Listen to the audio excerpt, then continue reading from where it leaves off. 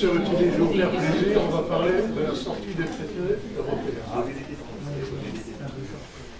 Alors, pour parler de ce sujet, j'ai décidé de ne pas rentrer dans le détail. Je laisserai M. Rutilli compléter. J'ai mis en exergue une citation de notre président de la Commission européenne à Deauville, M. Juncker, qui a dit lors du référendum grec: il n'y a pas de choix démocratique face au traité européen. Cette phrase est lourde de sens. Cette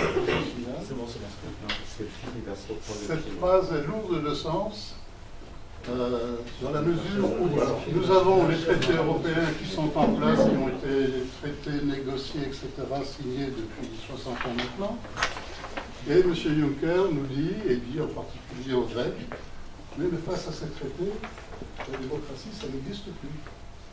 Ils sont là, c'est la Bible, c'est le Coran, c'est ce que vous voulez, et vous n'avez aucune possibilité de remettre en cause ces traités.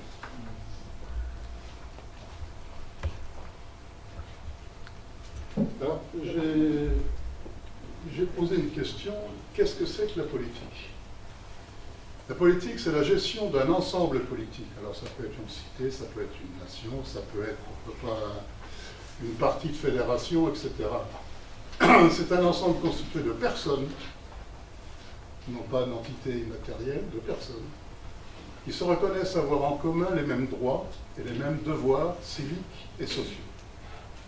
C'est-à-dire, à la limite, notre réunion de ce soir, on peut considérer que nous sommes une entité politique. Nous tissons des relations personnelles, sociales, économiques, culturelles et autres, et nous participons à la production de valeurs. Alors la valeur, ce n'est pas forcément la richesse. La valeur, ce qu'on produit ce soir, ça a de la valeur. La discussion, ça apporte quelque chose, etc. Ça a une valeur, qui n'est pas une valeur matérielle, mais qui existe. Et à des mécanismes de redistribution. On revient sur le volet partage des richesses. On aurait mieux fait peut-être de l'appeler partage des valeurs. Non pas la valeur telle qu'on nous dit tous les jours, vous n'avez pas les mêmes valeurs, et ceci et cela. Dans un système unique de sécurité sociale, de la protection de tous, et un cadre juridique reconnu par tous, l'espace politique. Dans cet espace, nous élisons des représentants et nous sommes censés les contrôler. Nos élus, à quelque niveau qu'ils soient, et à quelle que soit leur mission, doivent pouvoir utiliser les outils que leur permet la Constitution et la loi de l'entité politique. Nous sommes bien d'accord, donc en ce qui nous concerne, du pays. Ce n'est possible que si le peuple est souverain dans un pays souverain. C'est-à-dire l'origine de la souveraineté nationale, telle que c'est écrit dans les constitutions de 1946 et de la Constitution actuelle.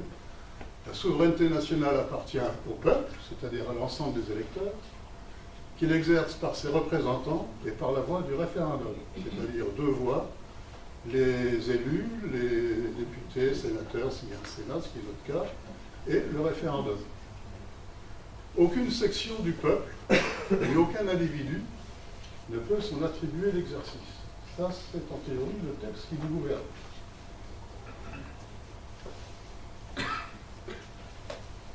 La légitimité de décision dans un pays souverain soit légitime, on vient de parler du peuple, il n'y a pas de légitimité des divers organes dirigeants de l'Union européenne, car ils ne sont ni élus, sauf le Parlement européen qui n'a aucun pouvoir, ni contrôlés par aucun des peuples, et donc ils ne sont responsables devant personne. C'est ce qu'on a appelé depuis quelque temps le pouvoir hors sol. C'est-à-dire vous avez une planète qui s'appelle Bruxelles, qui tourne au-dessus de l'Union européenne, qui nous envoie des rayons laser qui s'appellent des directives, etc.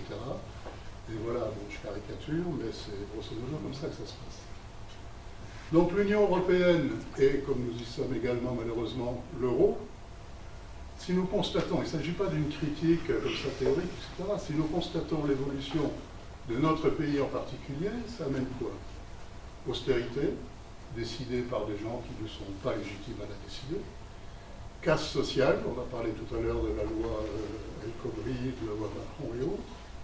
Chômage, Assurance sociale qu'on essaye de détruire. Service public, on a bien commencé à détruire. Je relis à ça ce qu'on vient de dire sur EDF, entreprise publique, donc j'aurais dû ajouter services et entreprise publique. Et les services de santé. Parce que c'est devenu les urgences, ça a été évoqué tout à l'heure, les services hospitaliers, etc. De plus, la participation à l'OTAN, qui, je le rappelle, depuis Berlin en 2003, l'accord qui s'appelle Berlin Plus, lie l'Union européenne à l'OTAN. C'est-à-dire que tous les pays qui ont adhéré à l'Union européenne après 2003 ont été contraints préalablement d'adhérer à l'OTAN. L'OTAN, donc je rappelle que c'est l'organisation du traité de l'Atlantique Nord qui avait été mise en place à l'issue de la Deuxième Guerre mondiale par crainte d'une poussée communiste en Europe occidentale. La poussée communiste n'existe plus depuis longtemps. L'OTAN est toujours en place. Et cette OTAN nous apporte 6 guerres, actuellement, Afghanistan, Libye, Syrie, Irak, les deux autres, je ne sais plus exactement, Somalie. Et puis, nous, on en rajoute un petit peu avec nos ex-possessions coloniales, Mali, Niger, etc. Donc, face à ce constat, qu'est-ce qu'on fait? Est-ce qu'on laisse là, on dit, bon, ben maintenant c'est comme ça, on ne peut rien faire, etc., etc. Il n'y a pas de choix démocratique face au traité européen. Ou est-ce qu'on dit, on essaye d'anticiper, parce que, en ce qui concerne la France insoumise, et on n'est pas les seuls, et M. Rutilli ne va pas me contredire, tout ça, c'est progressivement en train de s'effondrer. On ne sait pas comment, on ne sait pas quand, mais ça va s'effondrer. Ne serait-ce que le système monétaire international qui tient plus debout, ne serait-ce que l'euro. Bon, on reparle d'une xème poussée de la crise grecque avec un troisième mémorandum et tout ça. La lutte contre le dollar. Enfin bon, on a un système depuis la fin de la Deuxième Guerre mondiale qui était déjà un petit peu branlant et qui est rendu encore plus branlant par l'abandon du dollar, les talonnements. Je ne rentre pas dans les détails. Mais depuis 1971, les monnaies fluctuent entre elles, ne correspondent plus à aucune richesse, c'est-à-dire, on ne sait plus. Donc la monnaie ne repose plus sur un élément matériel tangible. Donc la richesse, voilà. Et on fait maintenant de l'argent avec de l'argent. C'est-à-dire qu'un billet qui ne représente rien, on arrive à placer ce billet, il vous rapporte 2 billets, qui en rapportent 4, etc.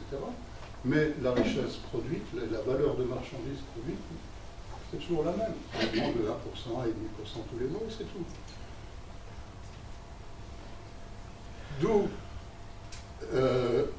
ce que Mélenchon appelle le plan de refondation démocratique.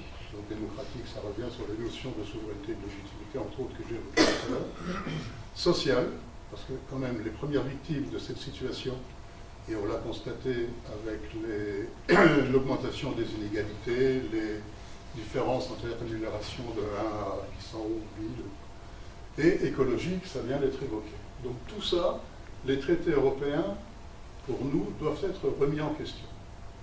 Alors la question est de savoir comment est-ce qu'on remet ça en question. Un mouvement, ou un parti, je ne sais pas exactement, comme l'UPR de M. Asselineau, lui évoque régulièrement la sortie par l'article 50, ce qu'a fait d'une autre manière la Grande-Bretagne avec le référendum sur sa sortie de l'Union européenne. On voit les problèmes que ça pose aux autres pays de cette dite union, entre guillemets. Donc, négociation, ok. Par, je ne veux pas dire par courtoisie, mais par bienséance politique, on ne peut pas dire, à notre avis, du jour au lendemain, les traités ont séché dessus, etc. Ce qu'on peut dire, c'est, nous ne sommes pas d'accord avec les conséquences de ce qui a été signé depuis X temps, avec un rappel, c'est que depuis, sauf erreur, l'élargissement de 1973, par lequel, entre autres, la Grande-Bretagne était rentrée dans l'Union européenne, on l'appelait encore le marché commun à l'époque, il n'y a jamais eu de référendum. Tous les pays qui sont entrés après, les peuples n'ont pas été consultés. Dans d'autres pays, oui, dans d'autres, non. Et dans la majorité des pays, ils n'ont pas été consultés. Dernier référendum en date, enfin les deux derniers en date en ce qui concerne la France, c'est le traité de Maastricht avec une faible majorité de 51%. Est-ce que c'est une vraie majorité en chiffres? Oui. En signification politique, c'est moins évident.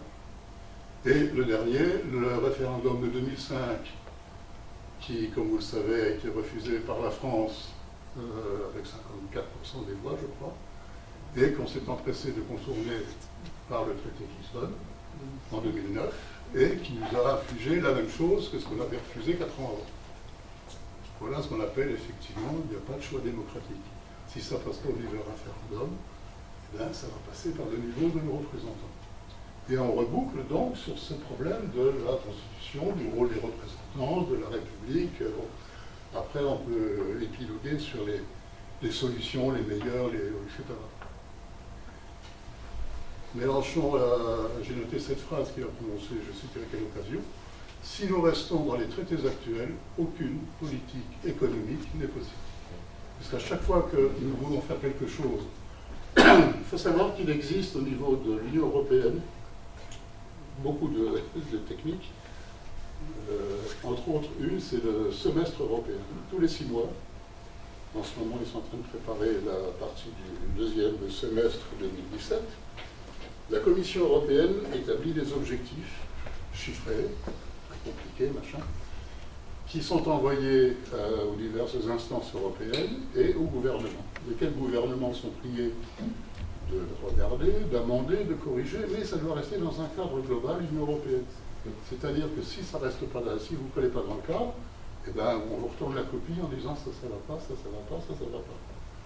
On prend l'exemple grec à l'heure actuelle, ils en sont au 3e mémorandum. Vous vous souvenez que l'an dernier, on leur a fait un pataquès parce que sous prétexte qu'ils avaient gagné un petit peu, enfin leur budget était légèrement plus excédentaire que ce qui était prévu. Ils ont voulu revaloriser les retraites, pardon. Ils se sont pris un coup derrière le nuque, bon, et c'est reparti en ce moment. Avec, comme disait monsieur, une dette qui justifie, enfin, pour certains, la pression sur la Grèce, c'est même une pression, c'est l'oppression sur la Grèce. Tout le monde sait que la dette grecque ne sera jamais payée. La nôtre non plus. Celle des États-Unis non plus. On est arrivé à des tels niveaux qu'on sait pertinemment que les dettes, qu'elles soient publiques et même privées, ne seront jamais payées. Donc pourquoi rester dans le rêve, Donc, par bonne volonté politique, demande de négociation.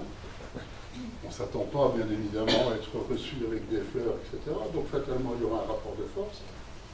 Après, le sens que donne ce rapport de force, vraisemblablement, si on arrive jusque-là, ce sera d'appliquer un plan B, sur lequel je ne vais pas m'étendre du tout, parce que là, la porte sera ouverte en fonction des circonstances, des réponses, etc. Des pressions reçues, des pressions financières et autres, voire plus importantes. Donc, voilà. J'attends vos questions.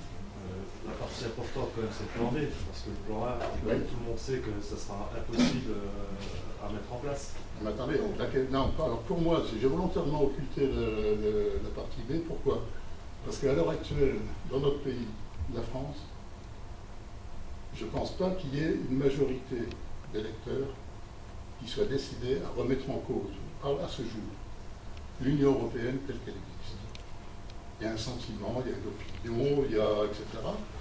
Mais je crois que, encore une fois, c'est mon avis personnel. Je crois qu'il n'y a pas encore de vraie prise de conscience de ce phénomène-là. Donc je préfère passer du temps à expliquer pourquoi ça va. Le constat qu'on peut tirer, écouter les arguments de ceux qui nous expliquent pourquoi ça ne fonctionne pas, et je les écoute tous. J'ai cité Asselineau, mais j'écoute Dupont-Aignan, j'écoute tous ceux qui critiquent ce système dans lequel nous sommes fourvoyés. Le plan B, après, encore pour moi, c'est une question de rapport de force. Alors, si vous lisez le bouquin, vous verrez qu'il y a des solutions, réquisition de telle ou telle banque. Monsieur parlait tout à l'heure de la Banque Centrale Européenne. Si on conteste la monnaie, comment voulez-vous qu'on arrive à politiquement contester le rôle de la Banque Centrale Européenne dite indépendante? Vous pensez que nos 27 ou 26 petits copains, non, parce qu'on est que 17 ou 18 dans la zone euro, Ils vont dire, mais les Français, vous avez raison, on va faire ceci, on va autoriser la Banque Centrale Européenne à faire ceci. Jamais. On sait que ça se décide à l'unanimité de tous les pays. Donc, jamais. Jamais. Donc, plan B.